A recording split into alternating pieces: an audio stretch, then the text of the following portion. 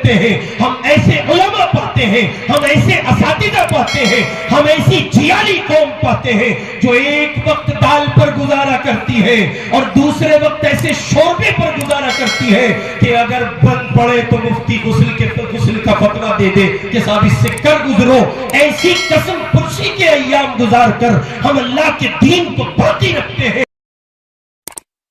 رب العالمین وبه نستعین والصلاة والسلام على رسوله الكریم اما بعد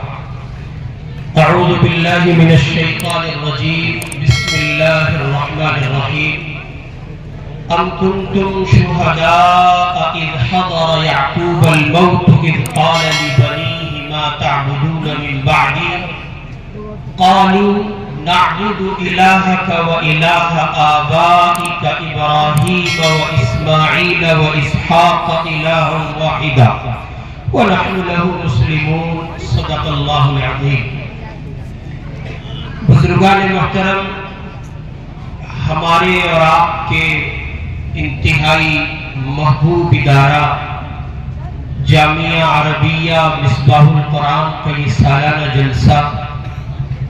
28 حفاظ کرام کی دستار بندی اپنے آپ میں ایک منفرد اور نہایت جامع پروگرام ہے۔ مدرسے کا یہ سالانہ جلسہ ظاہر ہے کہ ہمارے اس علاقے میں ہماری اس زمین پر ہر سال منعقد ہوتا ہے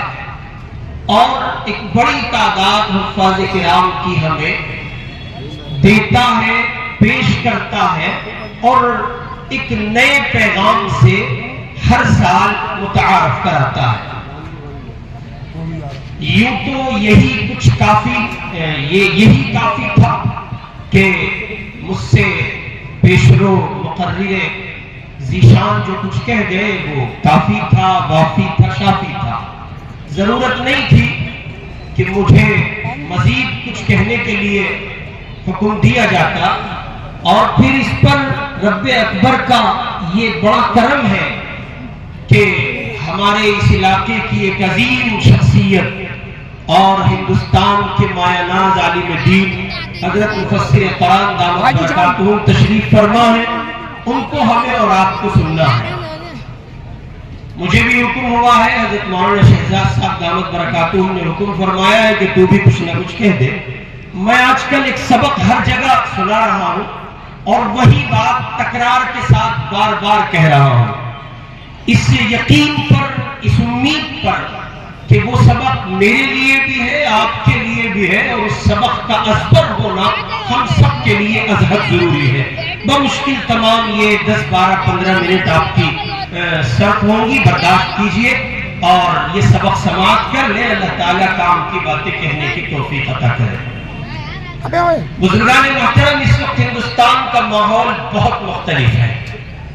اور ایک خاص رنگ میں پوری قوم، پورے ملک اور پوری انسانیت جو ہندوستان میں بستی ہے اس کو رنگنے کی کوشش کی جا رہی ہے۔ طاقت کا ایک ٹولہ جو مستقل یہ چاہتا ہے کہ وہ اپنے طاقت کے زور پر اس پورے ہندوستان کو اس ایک رنگ میں رنگ دے جس رنگ کی کوششوں میں وہ پچھلی تقریباً 1 صدی سے کہیے کہ کوشاں ہے، محنت کر رہا ہے اور بالآخر یہ کہ وہ اپنی محنت کو پہنچا چاہتا ہے۔ ایسے میں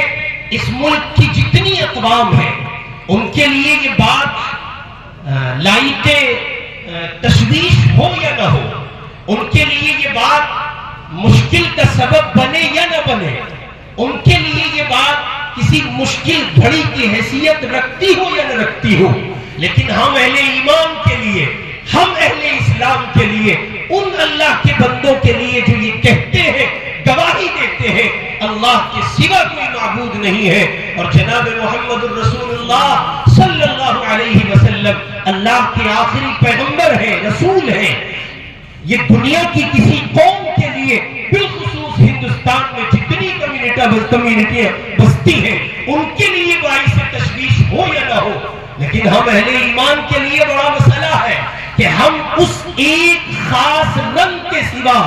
جو صبغت اللہ ہے، ومن احسن من اللہ صبغہ ہے، اس ایک رنگ کے سوا جو رب اکبر نے عطا کیا ہے، جو محمد الرسول اللہ نے عطا کیا ہے، جو ابو بکر پہ چڑھا تھا، عمر و عثمان علی پہ چڑھا تھا، عشرہ مبشرہ پر چڑھا تھا، بدر و احد کے دیوانوں پر چڑھا تھا، 1.25 لاکھ صحابہ ہیں، تابعین و تبع تابعین ہیں، سلف صالحین ہیں، اور امت کے وہ زعماء امت اور امت کے وہ بزرگان دین ہیں، وہ اہل اللہ ہیں اور وہ برگزیدہ اہل ایمان بندے ہیں، جنہوں نے ہر گھڑی اس بات کا دم بھرا ہے کہ ہم اپنی جان سے زیادہ اپنے ایمان کی پرواہ کرتے ہیں۔ جی ہاں، ہم اس رنگ کو نہیں چھوڑ سکتے، اور ہم اس ایک رنگ کے سوا کسی دوسرے رنگ میں رنگے جانے کو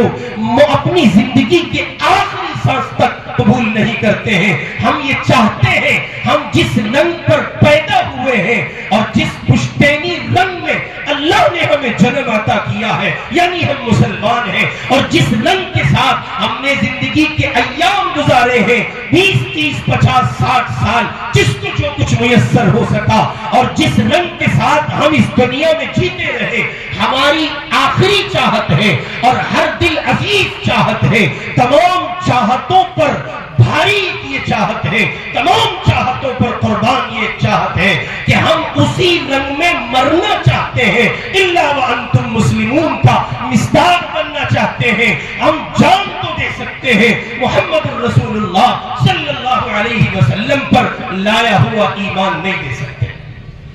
آج جس خاص رنگ میں رنگنے کی ناکام موہوم کوشش کی جا رہی ہے اور باطل خوش ہو رہا ہے، طاغوتی طاقتیں خوش فہمی کا شکار ہو کر ڈانس کر رہی ہیں، اور وہ یہ سمجھ رہی ہیں کہ وہ پورے طور پر کمان حاصل کر چکے ہیں، کمان حاصل کر چکے ہیں، اور کمان ان کے ہاتھ میں آ گئی اور وہ پورے طور پر چھا چکے ہیں۔ ان اللہ کے بندوں کو یہ سوچ لینا چاہیے، ابھی مدرسے زندہ ہیں، ابھی علماء زندہ ہیں، ابھی مدارس کا نظام باقی ہے، ابھی قال اللہ و قال الرسول پڑھانے والے ہیں، ابھی ایسے جیالے موجود ہیں جو صبح سردی کی پرواہ کیے بغیر نماز فجر سے قبل کچھ بچوں کو لے کے بیٹھتا ہے، استاد گرامی قدر رات کے اس شروع پہر تک بیٹھتا ہے، صبح سے لے کے شام تک بیٹھا ہے، تواتر کے ساتھ پڑھاتے چلا جاتا ہے، اور تواتر کے ساتھ بچے پڑھتے چلے جاتے ہیں۔ اس ٹولے کو سن لینا چاہیے